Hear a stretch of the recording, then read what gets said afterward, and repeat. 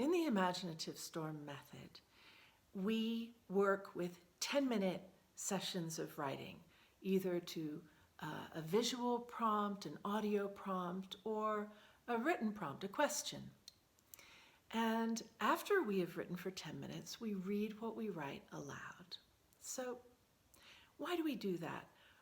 We're not doing it so much for the benefit of the people hearing, although it is nice to hear what other people have written to the same prompt that you've been working with. But more importantly, we're doing it for you, the writer, because when you read your work aloud and animate it with the warmth of your body and the sound of your voice, you're much more appreciative of what you wrote. You're less critical. When you read silently on the page, you tend to be looking for what's wrong, what you can change. But when you're reading it aloud, you're not in a position of really being able to change it much. You're reading.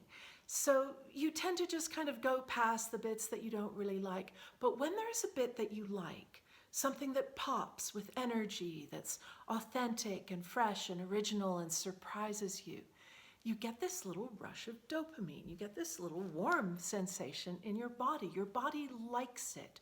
You're giving yourself pleasure by having written something that you like.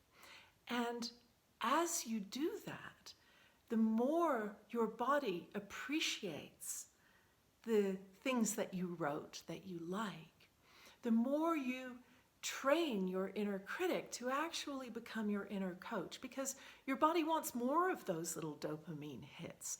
You're energized. You become more confident in your writing when you're appreciating rather than criticizing. The other great thing about reading your work aloud is that it helps you to find your voice as a writer. And when one says find your voice, usually, we don't mean the physical voice that makes a sound. We mean a metaphorical voice. But in fact, using that physical voice gets you acquainted with what you sound like. You have a kind of internal authenticity meter. You will know when you're sounding like you or when you're sounding not really like you. And often when you try to write well, you're trying to write like writing that you think is written well, which pretty much by definition was written by somebody else. So no wonder if it doesn't sound like you. And there's another video in this series about not trying to write well.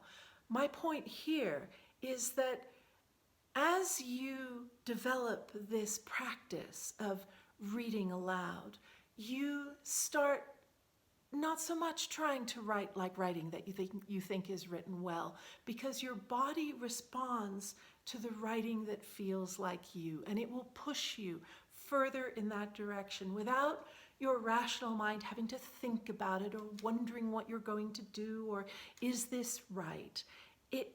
What you're doing is developing your body as a writing instrument. It will tell you when you're on your voice and when you're not.